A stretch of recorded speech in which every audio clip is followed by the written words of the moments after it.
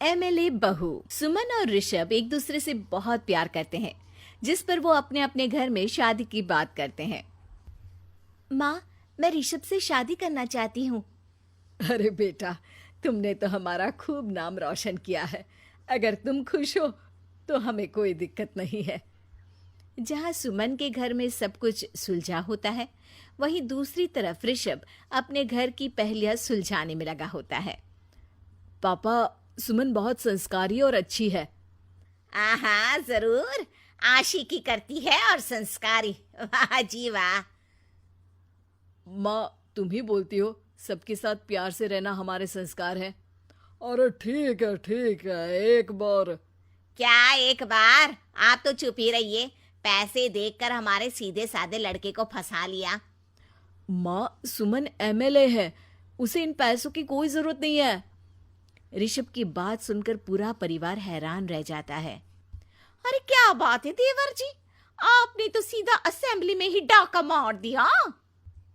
वैसे एमएलए बहू के आने से सबके बीच मेरा तो रुतबा बढ़ जाएगा। सादा बुरा नहीं है। अरे ठीक है, एक बार मिल लूंगी। अगर मुझे इम्प्रेस नहीं कर पाई ना, तो एमएलए हो या प्रेसिडेंट, रिजेक्ट कर दूंगी, समझे? अगले दिन सबकी मीटिंग फिक्स हो जाती है, जिसमें सुमन ऋषभ के घर वालों से मिलने उसके घर आती है। एमएलए तो बन गई। पढ़ाई लिखाई कितनी की है? जी, ऑक्सफोर्ड यूनिवर्सिटी से बिजनेस एडमिनिस्ट्रेशन। ऑक्सफोर्ड फाक्सफोर्ड ठीक है। खाना बनाना आता है क्या? आंटी जी, वो तो नहीं। अरे कुछ नहीं होता, मैं हूं ना, सब संभाल लूंगी। अरे अपने आप को तो संभालना आता नहीं, इसे संभालने चली। और तुम इसकी बातों से खुश मत होना। इस घर की बहू तभी बनोगी जब मैं अप्रूवल दूंगी। हाँ। ऋषभ की मम्मी ये सब बोल ही रही होती है कि सुमन का फोन बजने लगता है, जिसे सुनने के लिए वो उनसे थोड़ी दूर चली जाती है। देखा कैसे डर गई। तभी उन्हें सुमन की आवाज सुनाई देती है। अबे ओए, गुंडा होगा तू अपने एरिया में, मेरे सामने ये शनपट्टी दिखाई ना तो हाथ पैर तोड़कर मुंह में दे दूंगी। कान और दिमाग के सारे पर्दे खोल कर सुन ले। अगर पब्लिक को परेशान करना बंद नहीं किया तो अपनी जिंदगी पर पछताएगा। जब तक मैं इस बकवास इंटरव्यू को निपटाकर वहां पहुंचूं, अपने चेलों के साथ सटक ले। अगर दिखाई भी दे दिया तो देखने लायक नहीं छोड़ूंगी। सुमन की बातें सुनकर पूरे घर के रोंगटे खड़े हो जाते हैं और ऋषभ की मम्मी तो पूरी की पूरी ही खड़ी हो जाती है। सबने देखा कौन डर रहा है और कौन डरा रहा है। आंटी जी, आपको और कुछ पूछना है क्या? सालों में पहली बार जुबान बंद हुई है। थोड़ी देर ऐसे ही रहने दो ना, हमें रिश्ता मंजूर है। इस पर सुमन वहां से चली जाती है और उसके जाते ही ऋषभ का पूरा परिवार बहुत तेज हंसने लगता है। क्यों मम्मी जी, उसे खाना बनाना तो आता ही नहीं? अरे तुम्हें बहुत मजे आ रहे हैं। पूरी जलता अंगारा है। जब यहाँ आकर सबके पीछे आग लगाएगी ना, तब पता चलेगा। ऋषभ अपनी शादी से बहुत खुश होता है, इसीलिए किसी को कुछ नहीं बोलता और देखते ही देखते कुछ दिनों में धूमधाम के साथ दोनों की शादी हो जाती है। ससुराल पहुंचकर सुमन घर में सबका दिल जीत लेती है, लेकिन उसकी सास अभी भी उसे उतना ही नापसंद करती है। एक सुबह सुमन अपनी सास के पास चाय लेकर जाती है। मम्मी जी, चाय। सास चाय का कप हाथ में पकड़ती है तो सुमन का फोन बज जाता है, जिस पर वो फोन पर बातें करने लगती है।